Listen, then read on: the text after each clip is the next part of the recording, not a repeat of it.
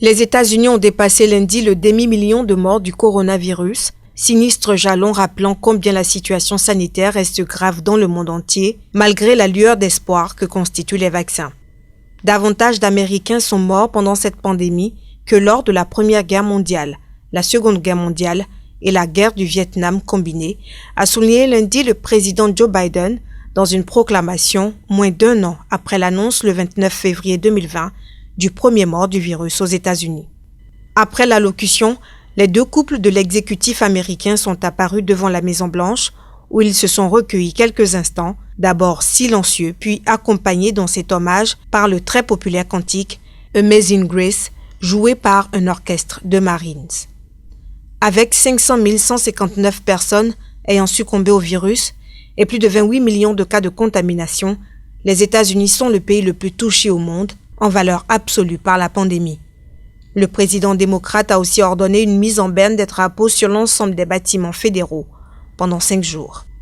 Plus de 44,1 millions de personnes ont déjà reçu au moins une dose des 2 vaccins autorisés aux États-Unis, Pfizer et Moderna, dont 19,4 millions ont eu les 2 injections requises. Et les États-Unis pourraient bien avoir un 3e vaccin autorisé d'ici la fin de la semaine, celui de Johnson & Johnson sur lequel un comité doit rendre un avis consultatif vendredi. Selon Joe Biden, 600 millions de doses, de quoi vacciner l'ensemble de la population, seront disponibles d'ici fin juillet.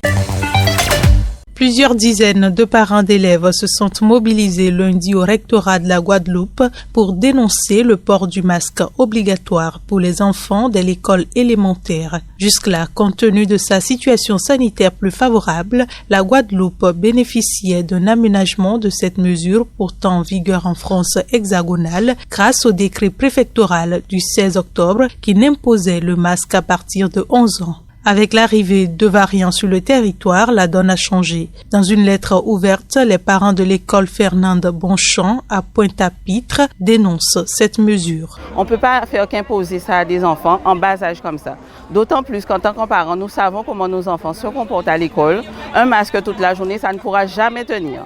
Ça veut dire qu'un masque qui va être porté, qui va être jeté, qui va être ramassé, qui va être fait n'importe quoi. Donc ça va être plus de dégâts que de bienfaits pour nos enfants. Je pense que le gouvernement doit prendre sa responsabilité et laisser nos enfants tranquilles parce qu'ils veulent seulement rester enfants et c'est ça qu'il faut respecter, l'enfance. Mais en tout cas, ce que nous avons convenu avec les représentants ici de ce collectif, c'était effectivement de remonter leurs doléances auprès de notre ministère pour qu'ils en aient connaissance. À noter aussi quand même que vendredi après-midi, nous avons rencontré les associations de parents d'élèves où nous avons quand même indiqué que nous allions appliquer progressivement cette mesure sur la semaine et que nous allions aussi venir en soutien en fournissant 2 masques par personne et nous essayons même avec la préfecture d'aller au-delà encore, notamment pour soutenir les familles en plus grande difficulté sociale. La mesure sera appliquée progressivement sur la semaine avec des mesures de soutien notamment pour les familles en plus grande difficulté sociale, a précisé la rectrice. Plusieurs dizaines d'étudiants ont manifesté mardi à Alger contre le pouvoir et pour la liberté de la presse, malgré l'interdiction des rassemblements et une imposante présence policière. Des dizaines d'étudiants et de militants ont réussi à parcourir quelques centaines de mètres jusqu'au Théâtre national. Nous sommes des étudiants et pas des terroristes, pour une presse libre et une justice indépendante, ou encore Algérie libre et démocratique, scandait-il. La progression de la marche a été stoppée près de la faculté centrale d'Alger. La police a ensuite évacué les manifestants vers une station de bus réservée aux étudiants avant de les forcer à quitter le centre-ville. Le mouvement populaire est toujours vivant et nous sommes revenus à notre mouvement pour un second tour. Nous avions arrêté de manifester les mardis en raison de l'épidémie de coronavirus qui était un fardeau lourd sur nos épaules. Aujourd'hui, nous sommes revenus pour dire que nous n'avons plus ce fardeau.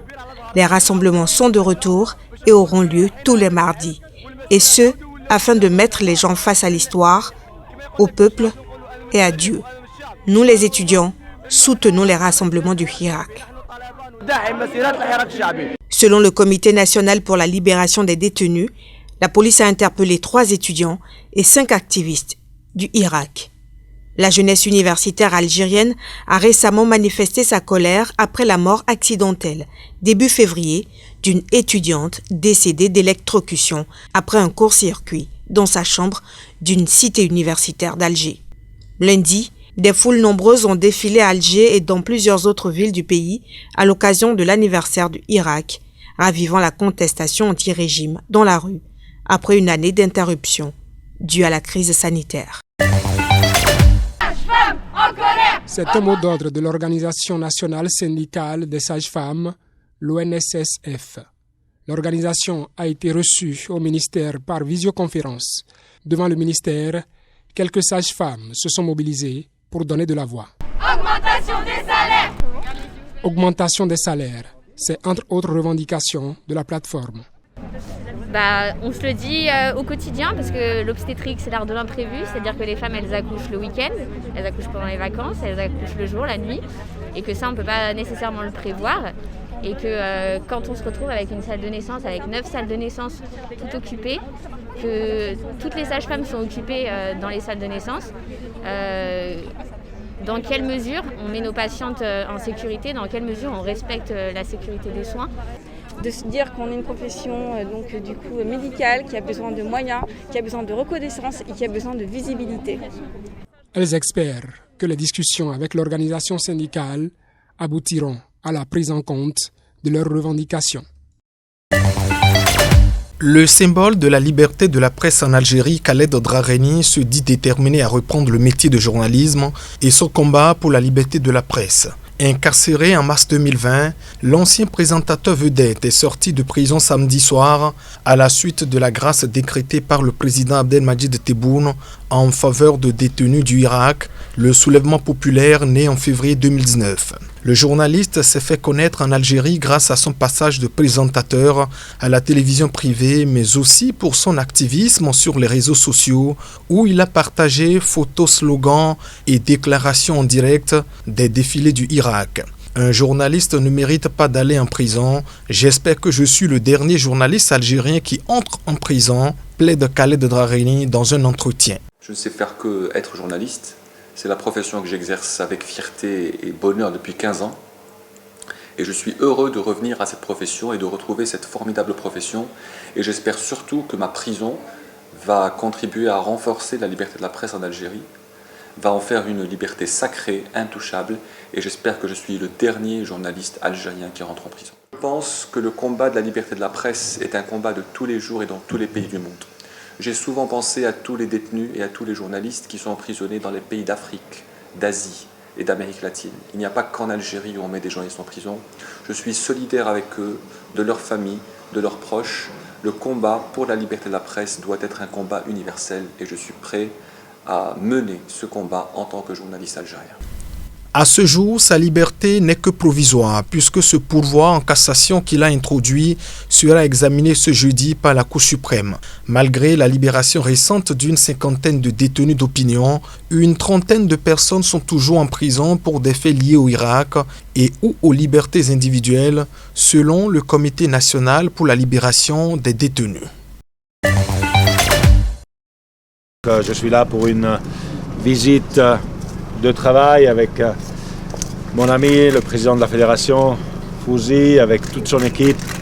On est là évidemment pour discuter de projets, de futur, du football marocain, du football africain, où on sait que le Maroc a un rôle de locomotive, un rôle très important à jouer. Que je peux constater pas seulement la passion pour le football dans ce pays, mais aussi le sérieux du travail de la fédération. Et c'est pour ça qu'on est là pour voir comment on peut faire fructifier encore plus ce travail, le centre qu'il y a à Rabat même, les infrastructures qu'il y a dans tout le pays, comment tout le Maroc, toute l'Afrique, mais aussi le monde peut bénéficier de tout ça. On parle projet, on parle programme, on parle développement des jeunes, on parle football féminin aussi, c'est important aussi. Et on parle évidemment, en général, du football. Je suis heureux, c'est une belle journée, je me réjouis, on va certainement pouvoir partir d'ici avec beaucoup d'idées et de programmes sur le futur.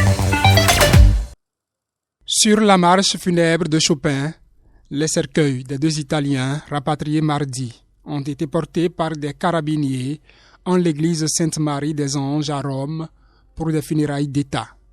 En raison des mesures de distanciation dues à l'épidémie de la Covid-19, une petite foule seulement a accueilli devant l'église les 2 cercueils. En présence des familles de victimes, le chef du gouvernement Mario Draghi, les présidents du Sénat et de la Chambre des députés, ainsi que plusieurs ministres ont assisté à la cérémonie présidée par le cardinal Angelo De Donatis. Aujourd'hui, nous sentons l'angoisse de 3 familles, de 2 nations et de la famille entière des nations. Une angoisse parce que la paix tant désirée n'est pas présente, parce que les promesses de justice ont été trahies, a déclaré le prélat dans son homélie. Luca, Vittorio et Mustapha ont été arrachés à ce monde par les griffes d'une violence stupide et féroce qui n'apporte que la douleur, a-t-il ajouté. Passionné par l'Afrique, Luca Attanasio est le premier ambassadeur italien tué dans l'exercice de ses fonctions. Luca Attanasio, 43 ans, est décédé après avoir été blessé par balle lorsque le convoi du PAM a été pris dans une embuscade lundi dans la province du Nord Kivu à l'est de la RDC, près de la frontière avec le Rwanda. Son garde du corps italien, le carabinier Vittorio Lucavacci, 30 ans, et un chauffeur congolais du PAM, Mustapha Bagouma Milambo, 56 ans, ont aussi été tués.